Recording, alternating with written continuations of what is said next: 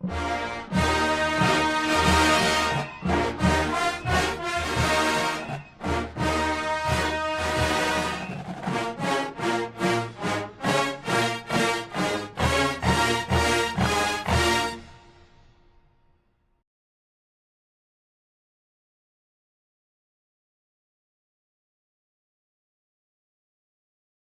up? What is happening? We are back. This is the Elephant in the Room podcast, and we're going to recap a lot of close games this past weekend. And we're going to start out with, I think, the premier matchup for the SEC this weekend as far as Oklahoma and Auburn. Let's get straight into it. Finn, what you got? What is your takeaway from this game? It was a good game by both teams. I felt like if the quarterback play for Auburn was consistent, I think they could have won that by at least 2 touchdowns. There was multiple plays in Cam Coleman on the study and go. They couldn't stop it. Overthrew him. I know of 2, but there might be a third time. 2 touchdowns there. Auburn kind of shied away from the running game. My Cobb only had 61 yards, and majority of those yards came from one carry that was for about 45 to 47. So offensively, they did good. They just couldn't capitalize on those opportunities. Defense did good. Of course, when your offense is struggling to put up points and they can't stay on the field, eventually the defense is going to bend if they're going to break at some point. But overall, Auburn played a good game. I felt they could have won that game if they had capitalized on those opportunities that were missed. Yeah, I agree.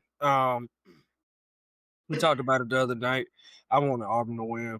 That's not how the game ended up going, but hats off to Oklahoma for pulling out the win. John Mateer, he played pretty well from his offense. Oklahoma overall, they stood the test of time yesterday.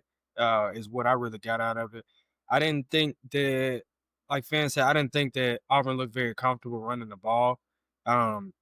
Jeremiah Cobb, a little different from the typical Auburn running back, but has all the tools to be a great Auburn running back. But I talked about it the other night. I really wanted to see Auburn use some more of their playmakers. Yes, there was some overthrows, some drops, a lot of action towards Cam Coleman's way. It didn't, not that I really remember. I didn't really hear Perry's name called very often, but a very winnable game on both sides, like at multiple points. At any point, either team could have pulled away, but it ended up being just a 4-point game overall. Both teams have a direction that they're trying to get to. Like I said the other night, they both middle upper tier SEC teams. Those are teams that usually, like I said, end the season with 2 or 3 conference losses. Games like these are the ones that make the difference for them. When you have these challenging opponents, for perennial SEC winners like Bama, Georgia, names like that, these are the games you got to go have. And so for both sides, this was a game that you had to have, but Oklahoma wanted it more yesterday. And so they're at home, they get their win, they move on to the next week. I think they crept, we were just talking about it, they crept into the top 10. They're now up to 7. Yeah, yes. So, a very big positive at any point, given the direction that we're going in with the playoffs and everything like that. Like, you got to make a push early. Try to climb the rankings as fast as you can. Let the committee members know that you're doing well. Stack up your wins, yeah. So, like I said, they're in the top. They're almost in the top 5 right now. They got a tough game coming up. I think they end up. I just looked at it. They have to play. They got off week, then they play. Then they got Kent State. Yeah. So, like we talked about the other. That's pretty good. Yeah, that's what I was getting at. Like we talked about the other night. That some of that stretch that they're about to go through. Your Texas, your South Carolina, your Ole Miss, your Tennessee, and then Alabama eventually. Like I said again, yesterday's game is a must-have. And I said a 4-point win, but it was a 7-point win. which is a pretty good spread. But you got to have your one score winners. So hats off to Oklahoma for getting their one Yeah, score win. I will say, yeah, Oklahoma covered. They were a 6.5 point favorite. They won by 7, so they covered in that regard. And I said I wanted to see how John Mateer looked versus a SEC defense. Auburn has a pretty good defense with a lot of good pass rushers and stout secondary, as we've known in years past. And he showed up pretty well. But I want to give credit to that defensive line getting that pressure. And sometimes it wasn't even like 10 of those. They had 10 sacks total, but a lot of those sacks were on some third and longs to where they dropped back guys in coverage and they just created coverage sacks. And Jackson Arnold had nowhere to go with the ball. So, and by that time, the pocket just collapses and they brought him down. But there was some plays. Obviously, they generated enough pressure to get to Jackson Arnold. So it's a lot of give a lot of props on both ends as far as the front end of the defense and the back end. And shouts out to Brent Venables for dialing up a good game plan. As we know, he's the defensive guru. And, that helped a previous team that he coached that we're going to get into a little bit later win championships and stay relevant in the national championship scene. But I'll flip it over to the Auburn side. Just got to get some timing down on some of these passes as far as getting the ball to your playmakers. Like I said, it seemed like, they were trying to get the ball to Cam Coleman. I appreciate that. But eventually, you're going to have to connect on some dialed up plays. I know you want to get your guys in rhythm with, with some little short passes, little screens, and some stop routes and hitch routes and whatnot. But eventually, you're going to have to connect on these dialed up plays. Now, there was a play that he hit Cam Coleman, but the ball was underthrown. Now, if the ball was on the money in stride, Cam Coleman runs underneath that and scores a touchdown. As a fan, you're looking at it, hey, we still got the completion, but when you're sitting back, observing it and watching it through a football player's lens and watching film, it's like, we got to have that one. We got to hit that guy in stride so he can make a play and turn the ball up and get it to the end zone. So it's stuff like that as well. And then, of course, we had the blunders. They had the 4th and 33. I'll say this, we've seen it before. Like you get into those third down situations, like more than 3rd and 20, something like that. Some teams just opt to just punt the ball on that 3rd down and be like, hey, we just throwing in the white flag. But they got to the 4th and 33 and the punter, I guess, he mismanaged the snap and there it is. And he tried to take off running, but I think he still had enough time to punt it. But in a situation like that, adrenaline going, you just, what I'm saying, you just going and you don't know what to do. You kind of in a panic. So it's just, hey, you just go off instinct in that regard. But also the officiating. How do we feel that the refs did in this game? Because there were a lot of calls that was like, especially on that Oklahoma touchdown, that shouldn't have happened when they bluffed like they were doing a substitution.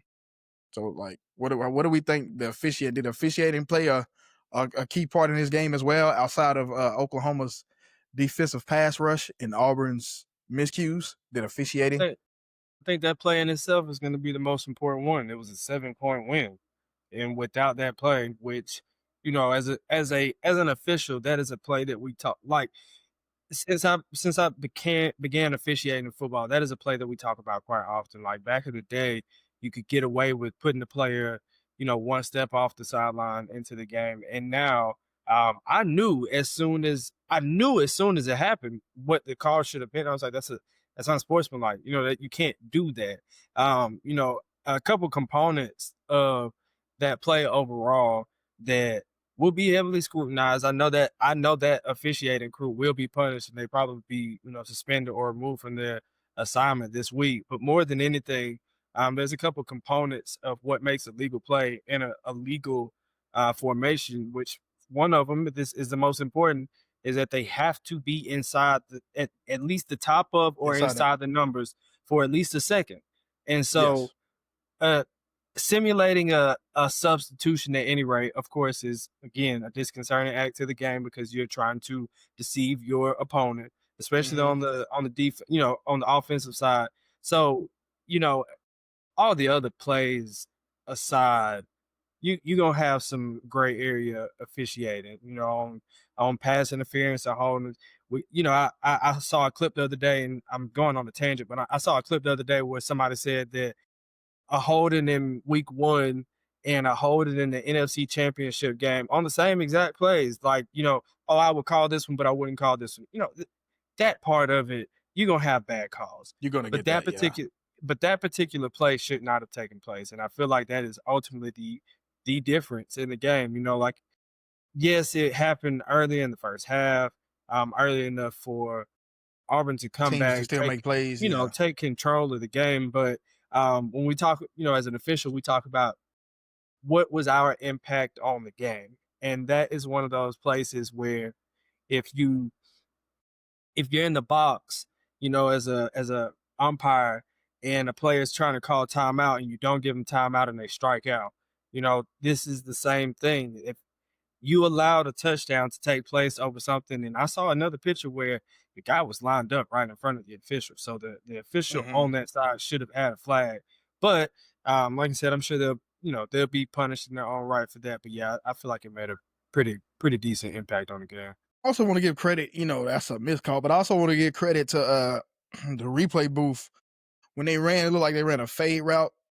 And the guy, they said he didn't maintain possession, but when they looked at it and they froze the camera footage, and he actually made the catch. But credit to the Auburn defender for still fighting to try to break the ball loose. But you could tell that actually was a catch, that he was already established that he had control of the ball, and by the time he started, by the time the DB got a hand on it, he was already about 2-3 yards out of bounds. So I will say, give credit to the officials and the replay center for that one. I will give them credit for that one, because that also could have been a big play, because I think in that scenario, Oklahoma was actually down 17-16, trying to get some points. So I will give them credit for not miscalling that one or mismanaging that one, however you want to put it. So, there was some good, some bad, but as they always say, you don't want to leave the games in the balance of the officiating, especially when you left plays on the field yourself. Both teams left a lot of plays to be desired on that field. Obviously, we think Auburn more so than Oklahoma. So you can go back and look at the tape, and then of course you're putting yourself at disadvantages by always your quarterback facing pressure on first and second downs and early downs, and then you're not making it hard, not making it easy for your quarterback to be in third and manageable situations in that regard. So as we move on to that one, we can step into one more thing. Okay, go ahead. I did want to point out, it's going to be really big to see how Auburn responds this weekend coming up, because they go right back on the road and they play another tough team, another top 10 team, Texas A&M, and then they turn around and take a bye week and play Georgia. Auburn is definitely a asterisk team right now, because that 3 game. I mean, we keep talking, the reoccurring theme all season is going to be the gauntlet. A lot of teams at some point have to go through that gauntlet, early, mid, later. But this is about to be the start of Auburn's gauntlet. So, we could be talking about something completely different here in 3 weeks. We could be talking about Hugh Freeze and the seat. I think the seat is warm. I'm not gonna lie. I think it's a little bit warm. It's not hot yet, but depending on how this stretch goes, that's how that goes. And moving along to a coach that we know who's on the hot seat, Billy Napier and the Florida Gators. The defense could only do so much. The defense kept giving the offense chances, and they couldn't capitalize except for outside of one drive. Then, what do we think about the Florida Gators? I mean, the writing's pretty much on the wall, but what is your take on the Florida Gators? They need an offense. They only had a total of 141 yards the whole game. The quarterback got 61 of those yards off of 12 of 23 passes. Like we said, the defense led them to the water, but they drunk from it one time, and after that, they ain't want no more. Offensively, they gotta find something, cause if offense don't show up, they gonna be in trouble. Defensively, they held Miami to at least 7 points, 7 to 6 points a quarter until the fourth quarter. Where I think they scored 13. Mm-hmm. But other than that, Florida they gotta have some offense if they want to win some games. I know I predicted the flow of the game to be like I said Miami 34-20. I said eventually they were going to break away. But I think I will say one of the biggest plays in the game is when they went for it on fourth down and they didn't get it. It looked like they were going to kick the field goal and take the points. Then we go to commercial break because they took a timeout. Or I think it was the start of the fourth quarter, one of them, a TV timeout, however you want to put it. They come out of the break and they got the offense lined up. Now the receiver didn't push the route further past the sticks. He caught the route short and just tried to, fall forward. But of course, the defense is going to be taught as soon as a guy make a catch in that situation, in the short yard situation, attack, and give credit to Miami, they attack. But that is a turning point in that game because I think at that point Miami was still only up 13-7. So who knows what Florida could have done had they converted that fourth down. In a way, they did have some momentum before they lost it with that play. So I do think they possibly could have went down and scored and taken the lead. And so, yeah, things like that could be the outcome in games and just take the wind out of your sails. But Dre, what do you got for the Florida Gators before we flip it on the other side to the Hurricanes? I mean, yeah, like Finn said again, the defense is holding stout. Like they have a defense. That part isn't the issue. But even in the glimpses of the game that I got yesterday for Miami, it was really just a race against themselves and a race against the clock just to get through the game healthily, score enough points. They're confident in their team down there in Miami. They have a good offense, a good defense. They got a quarterback. They got some returners from last year. They got a system down in place that's going to make them continue to be successful. But Florida, I said it, last week. You took your quarterback's confidence and now you have flushed it and you sent him right back out into on the road. And yes, your defense can do everything can fall the right way. But what's going on right now offensively, especially with Lagways between here. And other than that, it's a team effort. So everybody's got to do their part to help them win. But I mean, it's not going to get easier. That they're going through their gauntlet right now as well. It's not going to get easier. Napier, you know, the difference in last night's loss, I would say, in opposed to LSU is they kind of expected to lose. It felt like, just watching it, Florida didn't really look like they had any bounce to their step or anything like that. But, it's just another game now. So they have to fight to be bowl eligible Yes. right now. That's pretty much how they did last season. Yeah, they need to fight. How they did last season. It's a fight for pride. It's a fight for bowl eligibility. I mean, this is not how you want to start your campaign if you're Florida. But you can like it said about Auburn in 3 weeks, 3 or 4 weeks, we could be talking about something different. But right now, it's not looking so good. I will say if they don't move on from Billy Napier, do they at least need to be like, hey, or does he need to reflect and be like, maybe I just need to give up play calling duties? Because he is also the play caller / head coach.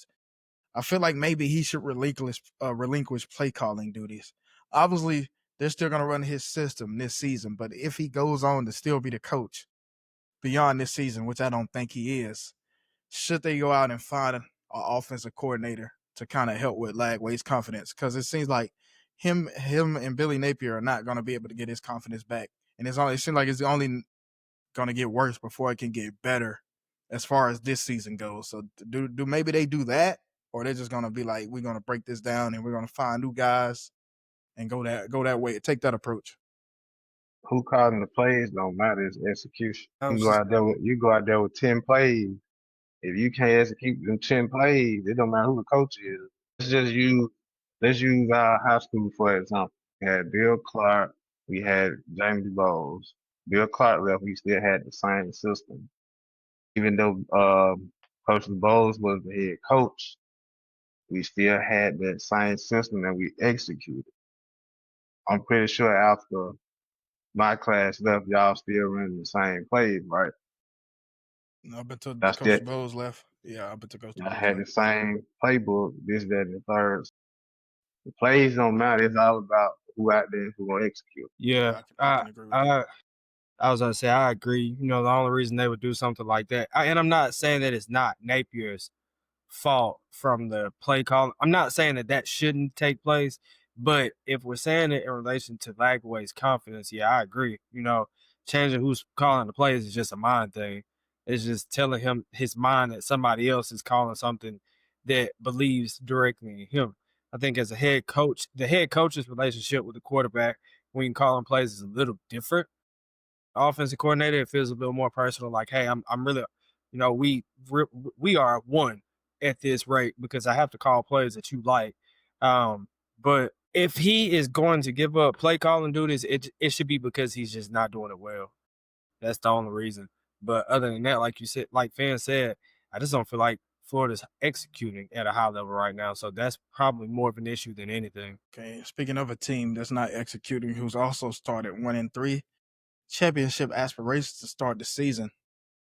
The Clemson Tigers. I know you guys. I think Finn was one of the guys that actually said they were going to lose. I know I said Clemson was going to they were going to win, but it wasn't going to be a bounce back. Like, hey, Clemson dominated this team like they should have win. I predicted them to win by like a touchdown. At one point, they were down in that game 34-14. Weather delay, but they are already off to a slow start anyway. This seems to be a team that the kind of the writing's on the wall for them as well. But luckily, they have the luxury of playing in the ACC as opposed to Florida, who's in the SEC. So what is up for Clemson? A championship is out the window. ACC championship is even out the window. So what do we see here for Clemson now? Nothing. They just got to finish the season. It really ain't nothing much to talk about with them. Yeah. Yeah. You have to find a way to be strong and finish this season. Finn's exactly correct.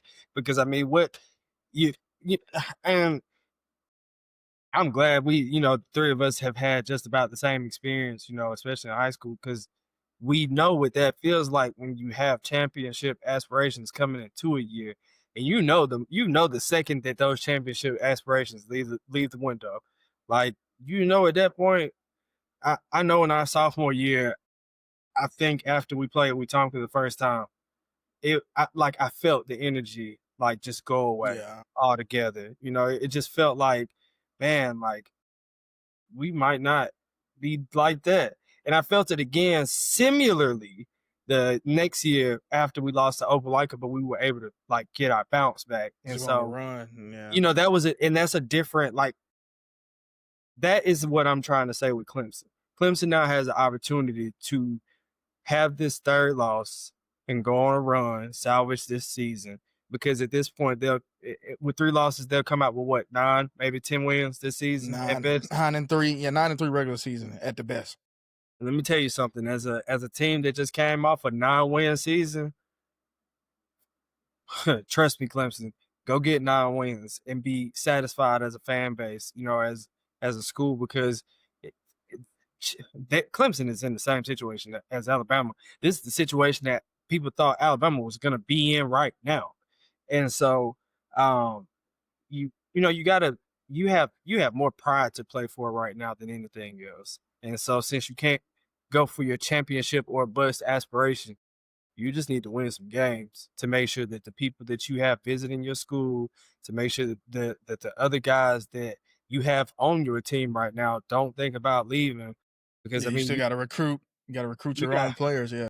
Yeah, you got bigger fish to fry than a loss here. You got way bigger fish to fry. You got a lot to look forward to down the line, but you can't afford to lose any more games and look any worse this season. I will say this is a little slice of humble pie for Dabo, who came out, with his brash statement. But it's true. But at the same time, like we talked about on the preview / predictions show, talked about like what have you done for us lately, Dabo? Like I said, you got in the playoffs off that technicality, but outside of that, you really haven't done much besides win the ACC. So it's like when are we going to see you at least make a playoff run again? So that's what the fans are looking at. But like you said, they're gonna have to. Hey, they're gonna be okay. They're gonna have to be okay with this 9-win season. I know the expectations was pretty high. I'm pretty sure some of them, bought into that preseason media hype that was fed to them. As far as I can see, this team making a run for a championship, and they got one of the better rosters in college football. And then you go out here and your first 4 games, and you just look look lifeless. It just look dead. And I know I said I declared it dead. I said they'll still continue to win 9 to 10 games, but as far as national relevancy, yeah, it's over. But it's somehow, it's like we're keeping them relevant because every time they lose, I will say it seems like we're going to keep discussing them. But I think we can kind of put that to rest as far as talking about Clemson, because now it seems at this point, if they continue to lose games, it's like, well, hey, it's pretty much what we expect from this team now. Look at them, just come out here flat, not ready to play, So there's that with that. And we're going to talk about a team in the Big 12 now, the $25 million team, the Texas Tech Red Raiders, and how they look. They look very impressive to me versus Utah. I didn't expect a blowout win. I was one of those ones who said Texas Tech was going to pull it off in the shootout, but, they ran away with it. So what do we see from Texas Tech as far as the Big 12? Can we crown them 4 weeks into the season as Big 12? Well, of course they're the front runners, but can we see them like, hey, they're going to win it all as far as the conference? Can we go ahead and crown them that this early? We'll see. I just Yeah, thought, really. yeah, it's But- way too it's too early to call, but seriously, like Big 12 speaking, I don't see anybody that can stop them. But it still Texas Tech. We talking about a Yeah. team that they haven't been here yet. So Yeah, they haven't. in order to know what that feels like, you got to be there. And I still think Iowa State has more off to them about being there than Texas Tech in this spot. But you can't slip up at any point. But they did look pretty impressive. They had a tight game, I think, through just about halftime or a little bit more. Mhm. And then there towards the end, they started to pull away on the road against another ranked opponent. That's a win you got to have, to make your resume look good and make that $25 million work. They don't really have anything. They got a bye week coming up, and then they go to Houston. They don't really have too many other challenges on their schedule other than maybe Avery Johnson in Kansas State. But even And they've kind BYU of like, they dwindled don't off. have no TCU, no Iowa State, Arizona State possibly can give them a challenge, but they've kind of slipped a little bit. I don't know if they beat Baylor or not. But yeah, Arizona State 3-1. So yes, they did beat Baylor. Yeah. But that Mississippi State loss is kind of hurting them and but as far as Big 12 contention go, I think it's going to be a 3-team race as far as the Big 12 go. TCU, Texas Tech, and I'll say Arizona State.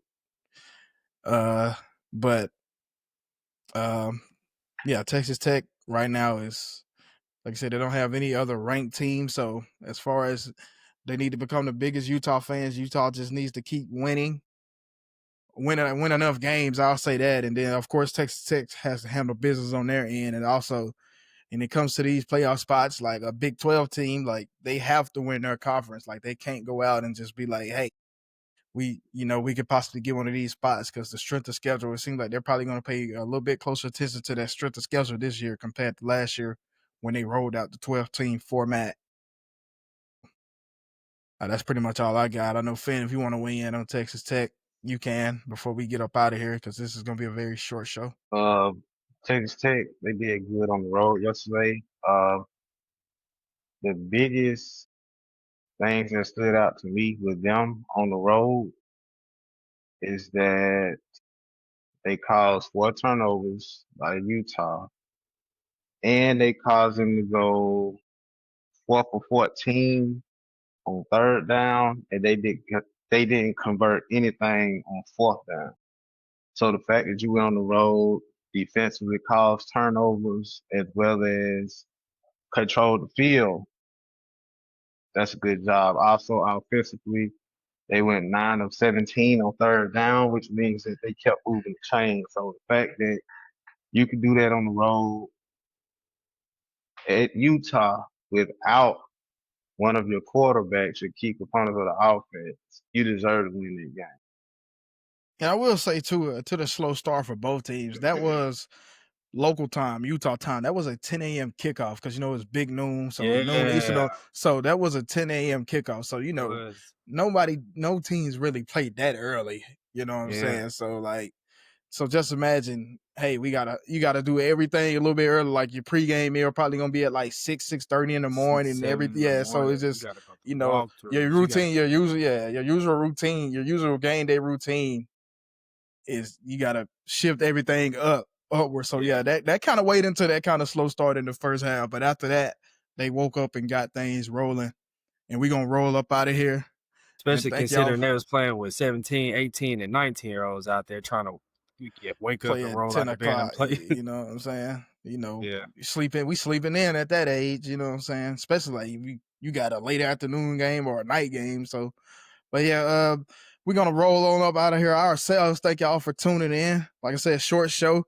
And then y'all know what week is coming up this week. Very big week. Alabama, Georgia week, of course, and we're gonna have a big breakdown for that one, or a big preview, and as well as some other key SEC games this weekend, LSU, Ole Miss, and so on and so forth. But here we are, Finn Fenderson, Dre Davis, and I am Anthony Likes, and this is the Elephant in the Room podcast, and we're out.